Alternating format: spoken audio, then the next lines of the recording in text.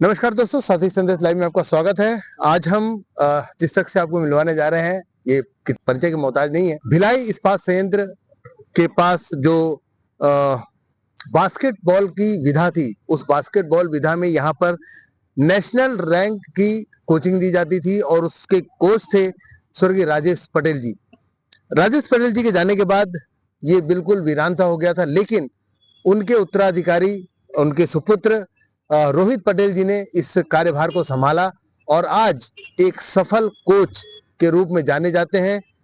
स्वर्गीय राजेश पटेल जी के नाम से एकेडमी भी है जो सेक्टर 2 में चल रही है और काफी बच्चे, लगभग 100 के आसपास बच्चे इस एकेडमी में अपने गुण को, अपने बास्केटबॉल की कला को निखार रहे हैं। हाल फिलहाल में ही ये टीम अभी एक प्रतियोगिता जीत करके आई है। क्या रैंक लगा है, क्या नहीं, ये सब हम जानने का प्रयास करेंगे। रोहित जी, आपका स्वागत है साथी संदेश लाइव में। Thank you sir. Rohit ji, सबसे पहली बात, ये इस एकेडमी की शुरुआत कैसे हुई? सर एक्चुअली मैं जैसे मेरे जो स्वर्गीय राजेश पटेल जो मेरे पिताजी थे, उन्होंने यहाँ पे जब वो बिलासपुर बैंड में काम कर रहे थे तो वो रिटायर होने वाले थे, तो यहाँ पे जो पहले प्रेम प्रकाश पांडे जी थे, हुआ करते थे, वे भी हैं, उन्होंने उनके पास गए थे, तो उन्होंने एक पेशकश की थी कि सर मुझे ग्राउंड चाहिए, क्योंकि वो रिटायर हो रहे थे।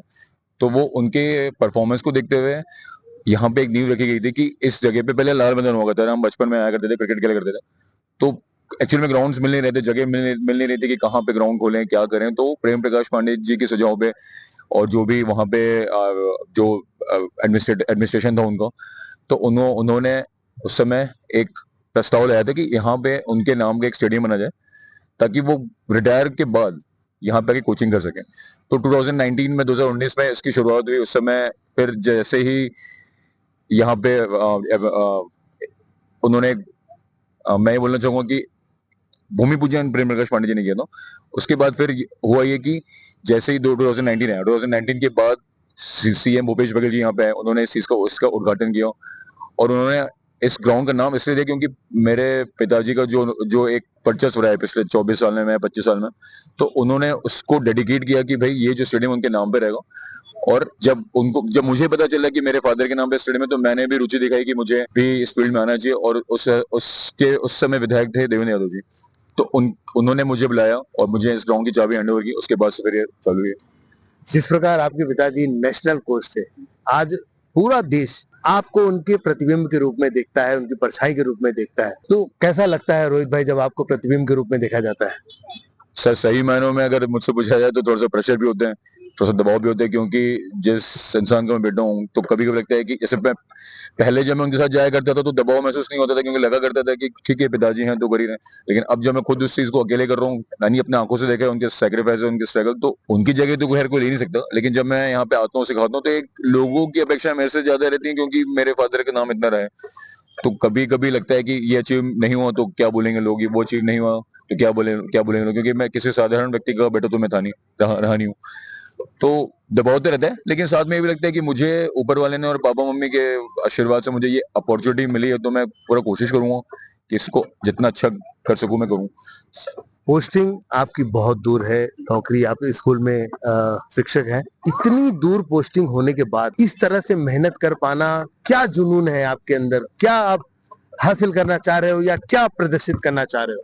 सर मैं आपको बताना चाहूंगा कि मेरी पोस्टिंग, मैं एक स्पोर्ट्स टीचर हूँ, गवर्नमेंट टीचर हूँ। मेरी जो पोस्टिंग है वो अंबागढ़ चौकी में। तो यहाँ से मुझे 90 किलोमीटर जाना होता है, फिर आना होता है। मैं सुबह 7:30 बजे निकलता हूँ, सुबह 9:45 का स्कूल है, मुझे करीब पहुंचने में 2 घंटे लगते हैं। मैं वहाँ स्कूल अपना जो भी ड्यूटी है मैं अटेंड करता हूँ, फिर शाम को 4 बजे निकलता हूँ, फिर 6 बजे आता हूँ, फिर 6:30 फिर मैं यहाँ पे आके जो भी अपना टाइम है मैं देता हूँ। सर मेरा एक्चुअली में मेरा ऐसा कुछ भी, इन बच्चों के पीछे जो मेहनत करने का जो एक आप ये बोल सकते हैं कि जुनून है, एक जज्बा है, वो इसलिए है कि मैंने मेरे पापा को अपने अच्छे टाइम में भी देखा, उनके अच्छे टाइम में भी देखा।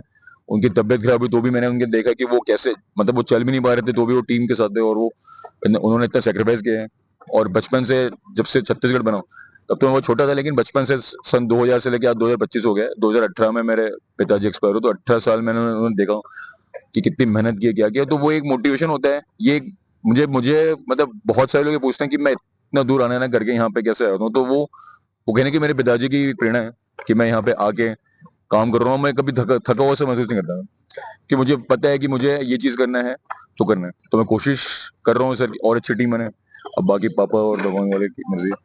दर्शकों, आप सुन रहे हैं कि जुनून कैसे हुआ। ये एक जुनून ही है, लेकिन पिता की मेहनत को देख करके एक बेटे के अंदर ये आस जगती है, वो जुनून पैदा होता है कि पिता के नाम को कहीं ना कहीं बरकरार रखना है, पिता की मेहनत को बरकरार रखना है, उनके मान सम्मान को बरकरार रखना है। और इस मामले में अगर मैं कहूं कि रोहित पटेल जी बिल्कुल सफल हुए हैं अपने पिताजी के मान सम्मान को रखने में, तो ये कोई गलत बात नहीं होगी। रोहित जी, जो आप मेहनत कर रहे हैं उस मेहनत का काफी अच्छा फल अभी अभी हाल फिलहाल में आपकी टीम, आपके द्वारा जो सिखाई गई टीम है, उन्होंने अभी कोई चैंपियनशिप किया है सर, उसके बारे में बताएंगे क्या रहा हुआ? सर मैं आपको बताना चाहूंगा कि मैं आपको 2020 की तरफ ले जाता हूँ। जब मुझे एक ग्राउंड मिला तो मेरे अंदर एक ये जुनून था कि मुझे अपनी टीम बनानी है, क्योंकि उस समय ये था कि जितने भी मेरे पापा जब मेरे पिताजी एक्सपायर हो, तो जो उतने भी बच्चे खेल रहे थे वो मेरे पिताजी के बच्चे थे। तो मेरे मन में एक चीज ये थी कि मैं उन बच्चों को मैं 2 बार खेलने लेके गया, तो दोनों बार उनसे मुझे मेडल प्राप्त हुआ। लेकिन कई जगह से मुझे सुनने को मिलता था, अरे ये तो पटेल सर की टीम है, इन्हें तो कोई भी खिला लेगा,